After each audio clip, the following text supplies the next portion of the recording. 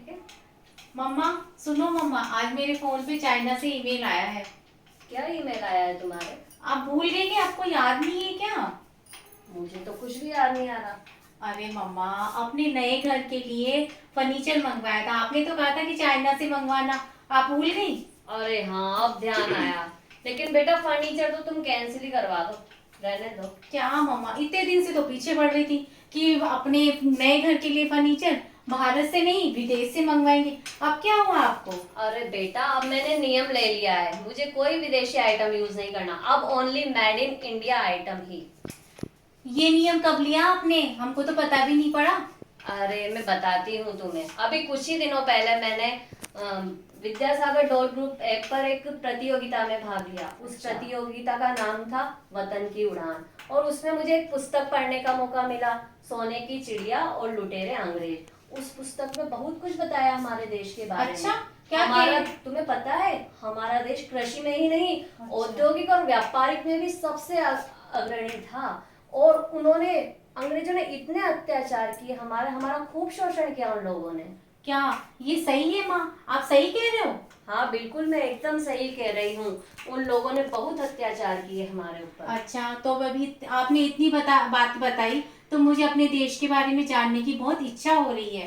तो सुनो, अंग्रेज हमारे देश को सोने की चिड़िया कहते थे, क्योंकि हमारे देश से बहुत अनेकों वस्तुओं का निर्यात होता था, और निर्यात होने से हमारे देश में सोना चांदी हीरे जवाहरात अन्य देशों से यहाँ आते थे। तो अंग्रेज चाहते थे कि हम बहुत माला माल तो हो ही चुके थे, वो हमारा माल वापस उनके देशों में ले जाना चाहते थे, इसलिए उन्होंने हमारा आर्थिक शोषण किया। अच्छा माँ, मैंने इतनी बातें जान ली है तो ये पुस्तक मुझे भी पढ़ने के लिए दो। मैं आज इस बुक को पूरी पढ़ के ही रहूंगी। हाँ हाँ बेटा, लो ये पुस्तक, इसे जरूर पढ़ना तुम। ठीक है माँ। ठीक है।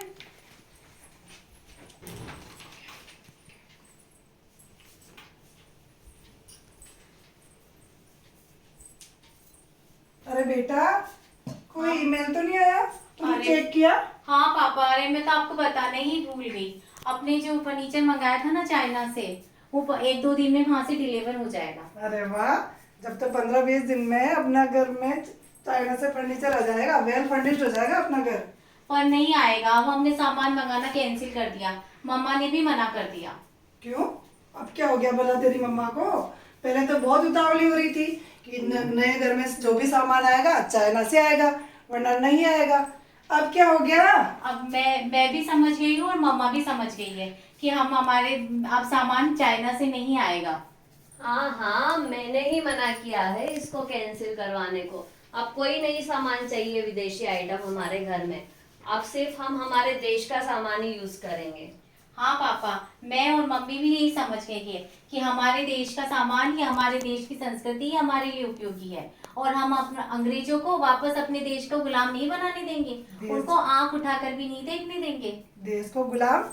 भला देश की बात हो रही है, अपने घर की बात हो रही है? यहाँ कोई देश की बात नहीं हो रही है, अपने घर की बात कर रहा हूँ मैं। हाँ आप तो कर रहे हैं, लेकिन अब हमने प्रण कर हमने नहीं वो ले सोच लिया है कि हम आज से अपने देश के सामान को ही यूज करेंगे। तुम पता नहीं कौन सी मूवी देख के आ गए दोनों माँ बेटे। तुम जानो, तुम तो पागल हो गए लगते हो। मूवी हाँ। देख ली दिखती तुमने तो कोई हाँ सी। पापा, मूवी तो देखी है और मूवी बनेगी भी सही। मैं उसकी डायरेक्टर और प्रोड्यूसर मैं ही बनूंगी। और उस मूवी का नाम बताऊं आपको? सोने की चिड़िया और लुटेरे अंग्रेज। आपको पता है हमारे देश में कितनी वो चीज विविधता है, कितनी चीजें हैं, लोहे इस्पात आदि चीजें इतनी है, और हमारे देश की विविधता का वर्णन करने का तो कोई अंत ही नहीं है। और हाँ, हमारा देश आपको पता भी है, वस्त्र उद्योग में बहुत आगे था। यहाँ के सूती वस्त्र, खादी वस्त्र, रेशमी और मलमल तो अन्य देशों में इतनी प्रसिद्ध थी कि वो वहाँ निर्यात की जाती थी। अपना देश आर्थिक रूप से इतना संपन्न था तो अंग्रेजों ने यहाँ पैर कैसे जमा लिए? अरे पापा, आपको पता है अपने अपने देश के जो सस्ते जहाज मुंबई के अंदर इतने सस्ते मिलते हैं, और वहाँ इंग्लैंड में इसकी 4 गुना कीमत देकर इसकी रिपेयरिंग करानी पड़ती है। हमारा देश हर क्षेत्र में आगे था, कहीं भी पीछे नहीं पड़ा हो। ये अंग्रेज लोग थे, इनकी काली कूटनीतियों के कारण, इनकी बुरी राजनीति के कारण और इनके मन चाहे टैक्स लेने के कारण हमारा देश इतना पिछड़ गया। इन्होंने खून चूसा एक जोक की तरह हमारे देश का।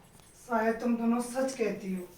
अंग्रेजों ने अपने भारत का इतना बुरा हाल कर दिया, आर्थिक रूप से, शारीरिक रूप से, मानसिक रूप से इतना प्रताड़ित किया है देश के देशवासियों को। अपना देश हजारों साल पीछे हो गया है।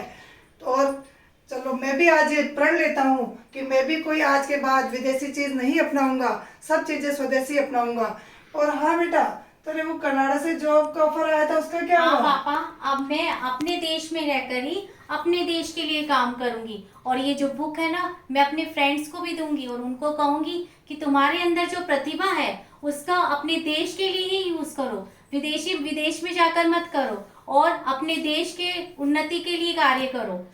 तो आओ, हम सब देशवासी ये प्रण करते हैं कि आज के बाद हम कोई भी विदेशी चीज नहीं अपनाएंगे, ओनली स्वदेशी, ओनली मेड इन इंडिया। और मैं भी ये प्रण लेती हूँ कि मैं अपने देश में रहकर अपने देशवासियों के लिए ही काम करूंगी और सबको जागरूक करूंगी। और हाँ, मैं भी प्रण लेती हूँ कि आज से हम अपने बच्चों को इंडिया में रहकर, भारत में रहकर ही पढ़ाएंगे, उन्हें बाहर पढ़ने के लिए नहीं भेजेंगे। और वो हमारे बच्चे भी उनकी सेवाएं सिर्फ भारत में ही देंगे। जय हिंद, जय जिनेंद्र। जय हिंद।